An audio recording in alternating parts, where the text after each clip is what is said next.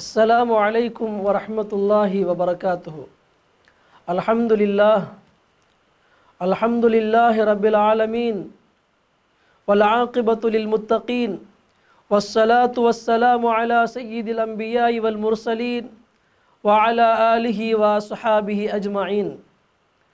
أما بعد فقد قال الله سبحانه وتعالى في القرآن العظيم والفرقان المجيد: أعوذ بالله من الشيطان الرجيم.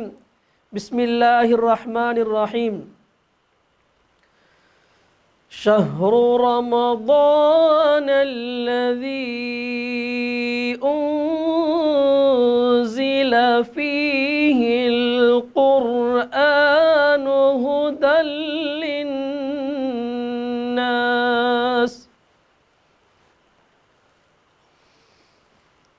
أنزل فيه القرآن هدى للناس وبينات من الهدى والفرقان.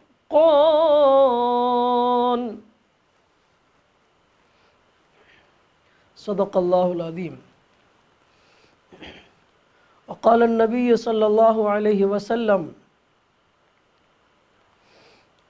يقال لصاحب القرآن يقرأ وارتقي ورتل كما كنت ترتل في الدنيا فإن منزلك عند آخر آية تقرأها. அளவற்ற அருளாளன் நிகரற்ற அன்புடையோன் ஏக வல்லவனம் அல்லாஹ் ஒருவனுக்கே புகழ் அனைத்தும். சலாத்தும் சலாமும் நமது உயிரினும் மேலான முஹம்மது ரசூலுல்லாஹ் ஸல்லல்லாஹு அலைஹி வஸல்லம் அவர்கள் மீதும், அன்னாரின் வழிவந்த உத்தம சஹாபாக்கள், தாபியீன்கள், தபா தாபியீன்கள், நாதாக்கள், நல்லோர்கள், குறிப்பாக அல்லாஹுடைய அருள் மழை பொழியக்கூடிய இந்த புனிதமான ரமதானில் இந்த காணொளியை காணுகின்ற நம் அனைவர்கள் மீதும் அல்லாஹுடைய அருளும் அன்பும் என்றென்றும் குறைவின்றி நிறைவாக உண்டாவதாக. ஆமீன். கண்ணியத்திற்கும் பெருமதிப்பிற்கும் உரிய அல்லாஹ்வின் நல்லடியார்களே, அல்லாஹ் நமக்கு வழங்கியிருக்கின்ற இந்த ரமலானுடைய மாதம் மிக பெரும் ஒரு பாக்கியம் பெற்ற மாதம். இந்த மாதத்தை அடைந்தவர்கள் பாக்கியசாலிகள். அதனால்தான் இந்த மாதம் வருவதற்கு 2 மாதங்களுக்கு முன்பே பெருமானார் ஸல்லல்லாஹு அலைஹி வஸல்லம் அவர்கள் இப்படி ஒரு துஆவை கற்றுக் கொடுப்பார்கள்: அல்லாஹும்ம பாரிக் லனா ஃபீ ரஜபி வ ஷஅபான் வ பல்லிக்னா ரமதான். யா அல்லாஹ், ரஜபுடைய மாதத்திலும் ஷஅபானுடைய மாதத்திலும் எங்களுக்கு பரக்கத்து செய்வாயாக, மேலும் ரமதானை அடைகின்ற பாக்கியத்தை கொடுப்பாயாக. கண்ணியத்திற்குரிய அல்லாஹ்வின் நல்லடியார்களே, பெருமானாருடைய இந்த வார்த்தையிலிருந்து ரமதானை அடைகின்ற பாக்கியத்தை எங்களுக்கு வழங்குவாயாக என்ற அந்த வார்த்தையை வைத்தே நாம் விளங்கிக் கொள்ள முடியும் ரமலான் எவ்வளவு பெரிய பாக்கியம் பெற்ற மாதம். அந்த மாதத்தின் கண்ணியத்தை நாம் முழுமையாக அறிந்து வைத்திருக்க வேண்டும். ரமலானுடைய மகத்துவத்தையும் அந்தஸ்தையும் கண்ணியத்தையும் உணர்ந்தவர்கள் பெரும் பாக்கியமாக கருதுவார்கள். இந்த மாதம் எனக்கு கிடைத்தது மிகப்பெரும் பாக்கியம் என்று கருதுவார்கள். இதே ரமலான் மகத்துவத்தையும் அந்தஸ்தையும் அதனுடைய கண்ணியத்தையும் உணராதவர்கள், விளங்காதவர்கள் 12 மாதங்களில் இதுவும் ஒரு மாதம் என்று எண்ணி அதையும் அப்படியே கழித்து விடுவார்கள். கண்ணியமிக்க அல்லாஹ்வினடியார்களே, இந்த மாதம் மிக உயர்ந்த மாதம், அல்லாஹ்விடத்திலே மகத்துவம் வாய்ந்த மாதம், எண்ணற்ற நன்மைகளை அடியார்களுக்கு அல்லாஹ் வாரி வழங்குகின்ற மாதம். இந்த மாதத்தை நாம் அமல்களை கொண்டு நாம் கழிக்க வேண்டும். குறிப்பாக இந்த ரமலானுடைய மாதத்தில் அதிகமாக அல்லாஹ்வுடைய கலாமய அருள்மறை அல் குர்ஆனை அதிகம் ஓதக்கூடிய பழக்கம் உடையவர்களாக நாம் இருக்க வேண்டும். காரணம் என்னவென்று சொன்னால், அல்லாஹ் தஆலா ரமலானை அறிமுகப்படுத்துகின்ற பொழுது கூட குர்ஆனை கொண்டு தான் அறிமுகப்படுத்துவான். ஷஹ்ரு ரமலான், ரமலானுடைய மாதம் இருக்கின்றதே, அல்லதி உன்சில ஃபீஹில் குர்ஆன், எப்படிப்பட்ட மாதம் என்று சொன்னால் அந்த மாதத்திலே தான் நாம் குர்ஆனை இறக்கி வைத்தோம் என்று ரமலானை அறிமுகப்படுத்துவதற்கு அல்லாஹ் தஆலா குர்ஆனை அல்லாஹால அடையாளப்படுத்துகிறான். குர்ஆன் இறங்கிய மாதம் ரமலானுடைய மாதம் என்று குர்ஆனை வைத்து அல்லாஹ் ரமலானை அறிமுகப்படுத்துகிறான். பிறகு அந்த குர்ஆனை பற்றி அல்லாஹ் சொல்வான், மக்களுக்கு நேர்வழி காட்டக்கூடியது, சத்தியம் அசத்தியத்திற்கு மத்தியில் பிரித்து பாகுபாடு காட்டக்கூடியது. இப்படி குர்ஆனுடைய மகத்துவத்தை அல்லாஹால அந்த வசனத்திலே சொல்வான். ஆக குர்ஆனை அதிகமாக நாம் ஓத வேண்டும். இந்த மாதத்திலே புனித குர்ஆனை பார்ப்பது ஒரு பாக்கியம், குர்ஆனை தொடுவது ஒரு பாக்கியம், குர்ஆனை ஓதுவது ஒரு பாக்கியம், குர்ஆனை ஓத கேட்பது ஒரு பாக்கியம். நம்மால் ஓத முடிந்தால் ஓத வேண்டும், ஓத முடியவில்லை என்றால் எங்கு குர்ஆன் ஓதப்படுகின்றதோ அதை கேட்க வேண்டும். இவை அனைத்துமே பாக்கியம்தான். குர்ஆனை பார்ப்பது, குர்ஆனை தொடுவது, குர்ஆனை வாசிப்பது, குர்ஆன் படி அமல் செய்வது அனைத்து மிக பெரும் பாக்கியம். இந்த பாக்கியம் யாருக்கு வழங்கப்பட்டதோ அவர்கள் மிக பெரும் பாக்கியசாலிகள். நம்முடைய வாழ்க்கையில் இன்று பல வேலைகள் இருக்கலாம், பல நம்முடைய தொழில் காரணமாக பல சூழ்நிலையில் சிக்கி இருக்கலாம். ஆனால் இந்த மாதத்திலும் கூட நாம் குர்ஆனை தொட்டு பார்க்கவில்லை என்று சொன்னால், குர்ஆனை தொடர்ந்து பார்ப்பதற்கு நேரம் இல்லை என்று சொன்னால், நம்மை விட துர்பாக்கியசாலிகள் உலகத்திலே வேறு யாருமே இருக்க முடியாது. குர்ஆனை ஓதுபவர்களை பற்றி, குர்ஆனை யார் அதிகமாக ஓதுவார்களோ, குர்ஆனை யார் மரணம் செய்வார்களோ அவர்களை பற்றி ஹதீஸிலே பெருமானார் ஸல்லல்லாஹு அலைஹி வஸல்லம் இவ்வாறு சொல்வார்கள், நாளை கியாமத்திலே குர்ஆன் உடையவர்களை பார்த்து இவ்வாறு மலக்கு ஒரு அறிவிப்பு செய்வார். இக்வாலு லிசாஹிபில் குர்ஆன், குர்ஆன் உடையவர்களை பார்த்து அறிவிப்பு செய்வார், இக்ரா நீ ஓதிக்கொண்டே செல், வர்தகி நீ உன்னுடைய அந்தஸ்துகளிலே படித்தரங்களை உயர்ந்து கொண்டே செல், வரத்தில் கமா குன்த துரத்தில் ஃபித் துன்யா, உலகத்திலே வாழ்கின்ற பொழுது இவ்வாறு குர்ஆனை அழகாக நிறுத்தி அதனுடைய ஒழுக்கங்களை பேணி ஓதினாயோ அதே போல் நீ ஓதிக்கொண்டே செல். ஃபைன்ன மன்சிலக இந்த ஆகிரி ஆயத்தின் தக்ரவுஹா, நீ ஓதிக்கொண்டே செல்கின்ற பொழுது எங்கு உன்னுடைய ஆயத்து நிறைவு வருமோ அதுதான் உன்னுடைய கடைசி அந்தஸ்து என்பதாக நாளை மறுமையிலே குர்ஆன் உடையவர்களை பார்த்து சொல்லப்படுமாம். குர்ஆன் உடையவர்கள் என்றால் யார்? இதற்கு அழகான விளக்கம் தருவார்கள் நம்முடைய முஹத்தீஸ்கள். முதலாவது ஹாஃபிஸ், குர்ஆனை மனனம் செய்தவர். மற்றொன்று வாழ்நாள் முழுக்க குர்ஆனோடு தொடர்பில் இருந்தவர், ஹாஃபிஸ் கிடையாது. குர்ஆனை அதிகம் பார்த்து ஓதக்கூடிய பழக்கம் இருந்தது அவருக்கு, குர்ஆன் மீது இன்பம் இருந்தது, தேட்டம் இருந்தது, குர்ஆனை ஓத வேண்டும் என்ற ஆசை இருந்தது, அதன்படி அமல் செய்தார்.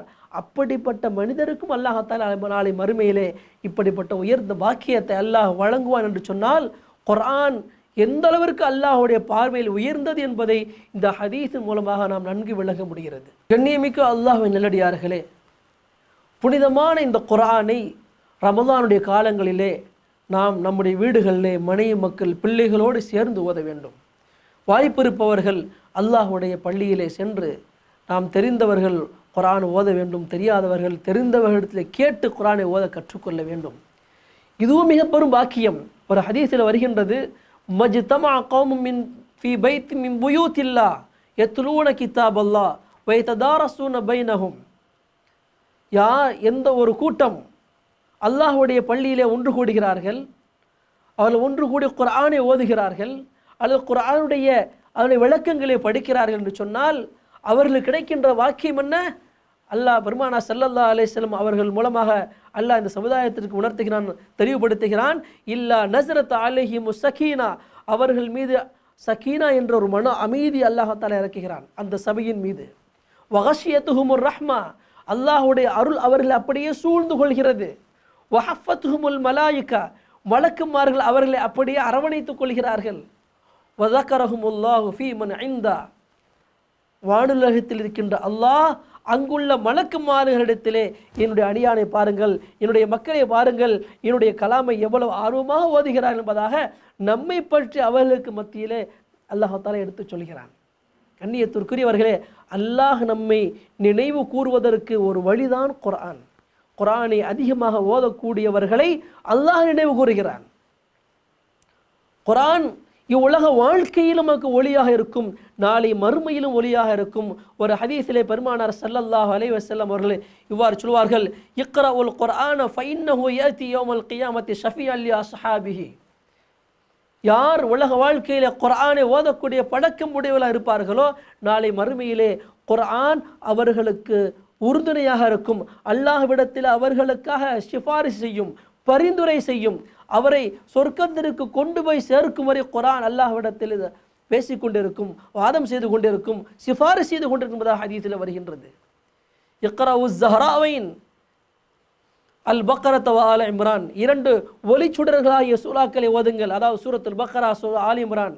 ஃபைன்னஹுமா யஅத்தியானி யௌமல் கியாமத்தி கஅன்னஹுமா கமாமதானி அவ் கயாயதான் அவ் கஅன்னஹுமா ஃபிர்கானி மின் தைரின் சவாஃப் துஹாஜானி அன் அஸ்ஹாபிஹி. ஹதீஸில் வருகின்றது, சூரத்துல் பக்ராவையும் சூரா ஆல் இம்ரான் நீங்கள் ஓதுங்கள், நாளை மறுமையிலே அது உங்களுக்காக அல்லாஹ்விடத்திலே மேகத்தை போன்று வந்து உங்களுக்கு பாதுகாப்பு கொடுக்கும். அது மட்டுமல்ல, பறவைகள் எவ்வாறு அணிவகுத்து வருகின்றனவோ அதுபோன்று அந்த இரண்டு சூறாக்களும் அணிவகுத்து வந்து உங்களுக்கு அல்லாஹ்விடத்திலே சிபாரிசு செய்யும், அல்லாஹ்விடத்தில் உங்களுக்காக வாதாடும். இக்ரவு சூரத்துல் பக்ரா, சூரத்துல் பக்ராவை நீங்கள் அதிகமாக ஓதி வாருங்கள். ஃபைன் அஹ்தஹா பரக்கத்துன், அதாவது யார் சூரத்துல் பக்ராவை அதிகமாக ஓதுவார்களோ ஓதி வருவார்களோ அது அவர்களுடைய வாழ்க்கையிலே அபிவிருத்தியை, அருள் வளத்தை கொண்டு வந்து சேர்க்கும். வதர்குஹா ஹஸ்ரா, யாராவது எந்த மோமின் சூரத்துல் பக்ராவை ஓதக்கூடிய பழக்கம் உடையவர்களாக இல்லையோ அவர்கள் கைசேதத்திற்குரியவர்கள். ஏன்றால் ஓதாததினால் அவர்கள் அவர்களுக்கு கைசேதம்தான் கிடைக்கும், நஷ்டம் உண்டாகும். வலா தஸ்ததிஉஹல் பத்லத்து, அந்த சூறாவோடு தீய சக்திகள் போட்டி போட முடியாது. தீய சக்திகள் என்று சொன்னால் ஒருவர் சூனியம் வைத்தாலோ அல்லது சிஹர் செய்தாலோ அல்லது ஒரு மனிதருக்கு தீங்கு செய்ய நினைத்தாலோ யாருக்கு தீங்கு செய்கின்றார்களோ அந்த மனிதர் இந்த சூரத்துல் பக்ராவை ஓதக்கூடிய பழக்கம் உடையவராக இருப்பாரேயானால் இவர்களுடைய தீங்கு அவரை ஒன்றும் செய்துவிட முடியாது. எந்த ஒரு சூழ்ச்சியும் ஒன்று செய்ய முடியாது, எதுவாக இருக்கட்டும். ஆக சூரத்துல் பக்ராவை அதிகமாக ஓதக்கூடியவர்கள் பாக்கியம் பெற்றவர்கள், அருள்பல பெற்றவர்கள். அதை ஓதாமல் விட்டுவிட்டவர்கள், கைசேதப்படுபவர்கள். அதை வாழ்க்கையில் யார் ஓதி வருவார்களோ அந்த சூறாவோடு உலகத்தில் எந்த ஒரு தீய சக்தியும் போட்டி போட முடியாது, அனைத்தும் அதற்கு முன்னால் தோற்று போகும் என்பதாக பெருமானார் ஸல்லல்லாஹு அலைஹி வஸல்லம் இந்த ஹதீஸில் குறிப்பிடுகிறார்கள். ஆகணிமிக்க அல்லாஹ்வினர்களே, நாம் இந்த ரமலானை குர்ஆனை ஓதுவதை கொண்டு கழிக்க வேண்டும். குர்ஆனுடைய வசனங்களை பார்த்து அதில் சொல்லப்பட்ட விஷயங்களை நம் வாழ்க்கையில் எடுத்து நடப்பதற்காக முயற்சி செய்ய வேண்டும். அப்படி நாம் வாழ்க்கையை, நம்முடைய இந்த ரமலானை குர்ஆனை கொண்டு கழிப்போமையானால் நிச்சயமாக அல்லாஹ் ஜல்ல ஷானுஹு தஆலா இந்த உலகத்திலும் சரி மறுமையிலும் சரி நமக்கு மிக பெரும் வெற்றியை தருவான் என்பதிலே இவ்வித சந்தேகம் கிடையாது. வல்ல ரஹ்மான் இது போன்ற பாக்கியம் பெற்ற ரமலானுடைய மாதத்தில் அதிகம் குர்ஆனை ஓதி அல்லாஹுடைய அருளையும் அல்லாஹுடைய அன்பையும் ரஹ்மத்தையும் பெற்ற நன்மக்கள் கூட்டத்திலே நம் அனைவரையும் சேர்த்தருள்வானாக. ஆமீன். வாஹிர் தஅவானா அல்ஹம்துலில்லாஹி ரப்பில் ஆலமீன். அஸ்ஸலாமு அலைக்கும் வரஹ்மத்துல்லாஹி வபரகாத்துஹு.